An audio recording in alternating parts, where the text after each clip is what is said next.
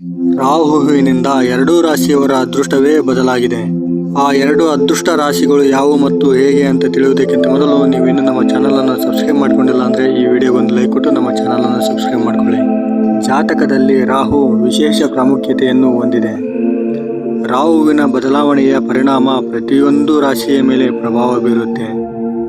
ಕೆಲವರಿಗೆ ಒಳ್ಳೆಯದಾದರೆ ಇನ್ನು ಕೆಲವರಿಗೆ ಕೆಟ್ಟದಾಗುತ್ತೆ. ಸುಮಾರು 18 ತಿಂಗಳ ನಂತರ ರಾಹು ತನ್ನ ರಾಶಿಯನ್ನು ಬದಲಾಯಿಸಿದ್ದಾನೆ. ಪ್ರಸ್ತುತ ಇವಾಗ ಉತ್ತರ ಭಾದ್ರಪದ ನಕ್ಷತ್ರಕ್ಕೆ ತನ್ನ ಸ್ಥಾನವನ್ನು ಬದಲಾಯಿಸಿದ್ದಾನೆ.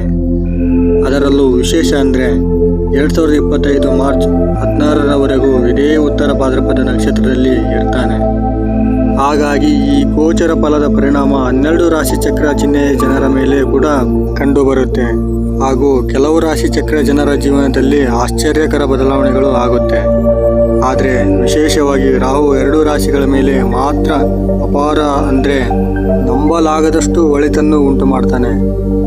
ಈ ರಾಶಿಯವರು ಮಾಡುವ ಎಲ್ಲ ಕೆಲಸ ಕಾರ್ಯಗಳಲ್ಲಿ ಯಶಸ್ಸನ್ನು ತಂದುಕೊಡ್ತಾನೆ.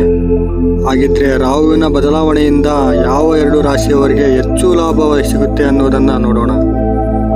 ಮೊದಲನೆಯದಾಗಿ ಮಕರ ರಾಶಿ. ಮಕರ ರಾಶಿಯವರಿಗೆ ರಾಶಿ ಚಕ್ರದಲ್ಲಿ ರಾಹು 3ನೇ ಮನೆಯಲ್ಲಿ ಇದ್ದಾನೆ. ರಾಹುವಿನ ಬದಲಾವಣೆಯಿಂದ ಮಕರ ರಾಶಿ ಜನರ ಜೀವನದಲ್ಲಿ ಬರುವ ಯಾವುದೇ ಸವಾಲನ್ನು ಎದುರಿಸಕ್ಕೆ ಸಿದ್ಧವಾಗಿರ್ತಾರೆ. ಬರೀ ಸಿದ್ಧವಾಗಿರೋದಷ್ಟೇ ಅಲ್ಲ, ಅದನ್ನು ಎದುರಿಸಿ ಜಯವನ್ನು ಸಾಧಿಸ್ತಾರೆ.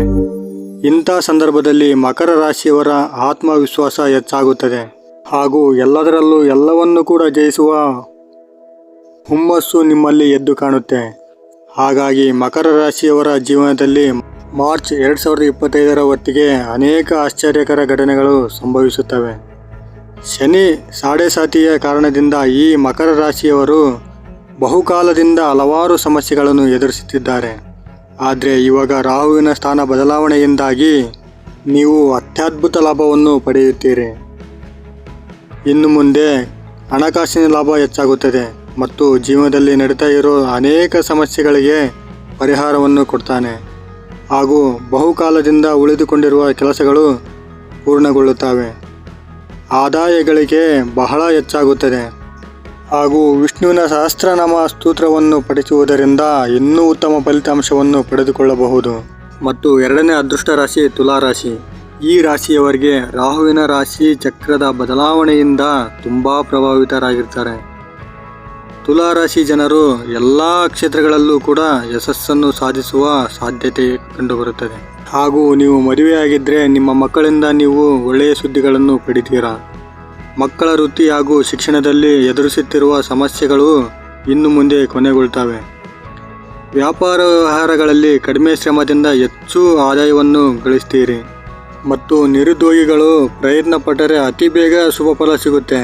ಹಾಗೂ ತುಲಾರಾಶಿಯವರು ವಿದೇಶ ವ್ಯವಹಾರದಲ್ಲಿ ಕೂಡ ಹೆಚ್ಚಿನ ಲಾಭ ಪಡಿತೀರಿ. ಹಾಗೂ ಆರ್ಥಿಕ ಮತ್ತು ಹಣಕಾಸಿನ ಪರಿಸ್ಥಿತಿ ತುಂಬ ಚೆನ್ನಾಗಿರುತ್ತೆ. ಒಟ್ಟಾರೆಯಾಗಿ ಈ 2 ರಾಶಿಯವರು ತುಂಬಾ ಅದೃಷ್ಟವಂತರು ಅಂತಲೇ ಹೇಳಬಹುದು.